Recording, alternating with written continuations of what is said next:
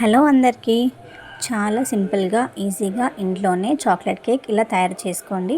ఇలా చేసి మీ పిల్లలకి పెట్టండి, చాలా హ్యాపీగా ఫీల్ అవుతారు.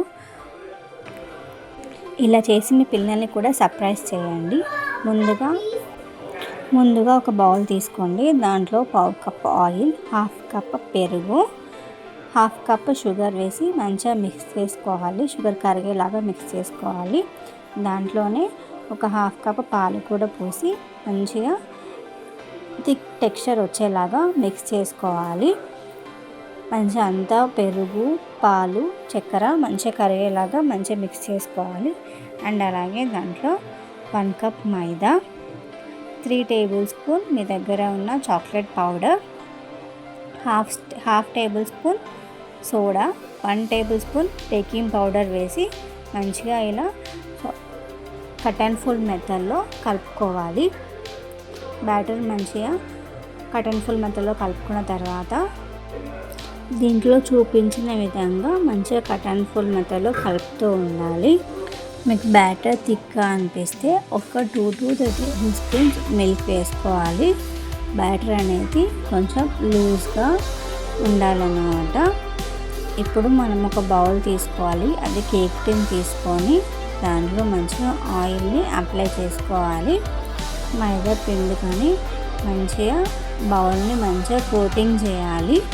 ఇక్కడ కనిపిస్తున్న విధంగా టిన్లో వేసుకోవాలి. బ్యాటర్ని ఒక 2 to 3 టైమ్స్ బౌల్ని అలా ట్యాప్ చేయాలి. ఎయిర్ బబుల్స్ ఏమైనా ఫామ్ అయితే ఎగిరిపోతాయి అన్నమాట. అండ్ అలాగే ముందుగా ప్యాన్ని ఒక 10 minutes ప్రీహీట్ చేసుకోవాలి.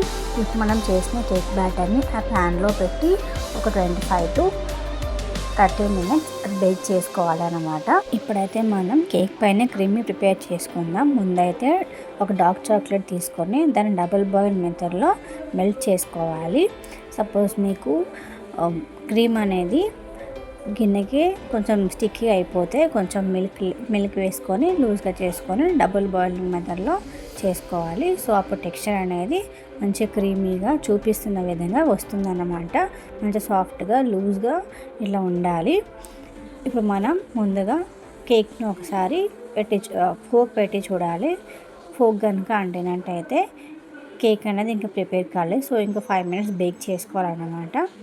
సో ఇప్పుడు మనం మళ్ళీ ఒకసారి చూస్తే ఫోక్కి కేక్ అనేది అంటుకుపోదు. సో కేక్ అనేది కేక్ అనేది ప్రిపేర్ అయింది. కొంచెం చల్లారాక తీసి చూస్తే చూసారా ఎంత ఫ్లఫీగా వచ్చిందో మన కేక్. చాలా స్మూత్గా స్పాంజీగా టెక్స్చర్ చూడండి భలే ఉంది కదా. అచ్చం బేకరీ స్టైల్లో ఉంటుందండి, చాలా బాగుంటుంది. ఇప్పుడు మనం ప్రిపేర్ చేసుకున్న ఈ క్రీమ్ అనేది మంచిగా కేక్కి మొత్తం నీట్గా అప్లై చేసుకోండి. అండ్ అలాగే మీ దగ్గర ఏమైనా చాకో చిప్స్ లేదనంటే ఏదైనా డార్క్ చాక్లెట్ని మంచిగా చేసి స్ప్రింకిల్ చేయండి పైన. లేదనుకుంటే మీ దగ్గర ఏ స్ప్రింక్లర్స్ ఉన్నా హ్యాపీగా డెకరేట్ చేసుకోండి. నా దగ్గర అయితే ప్రస్తుతానికి జస్ట్ నేనైతే కొంచెం డైరీ మిల్క్ చాక్లెట్ని అయితే ఇలా పైన స్ప్రింక్లర్ లాగా వేసుకున్నానండి. మీ దగ్గర ఏ స్ప్రింక్లర్స్ ఉన్నా హ్యాపీగా యాడ్ చేసుకోండి. అండ్ అలాగే కాసేపు మంచిగా ఫ్రిడ్జ్లో పెట్టండి. ఫ్రిడ్జ్లో పెట్టుకొని కట్ చేసుకొని తింటే చాలా ఎమ్మీగా, చాలా టేస్టీగా, చాలా బాగుంటుందండి. చాలా ఫ్లఫీగా, సాఫ్ట్గా ఉంటుందండి. మీరు కూడా ట్రై చేసి ఎలా వచ్చిందో నాకు కామెంట్లో చెప్పండి. జర సబ్స్క్రైబ్ చేసుకోండి.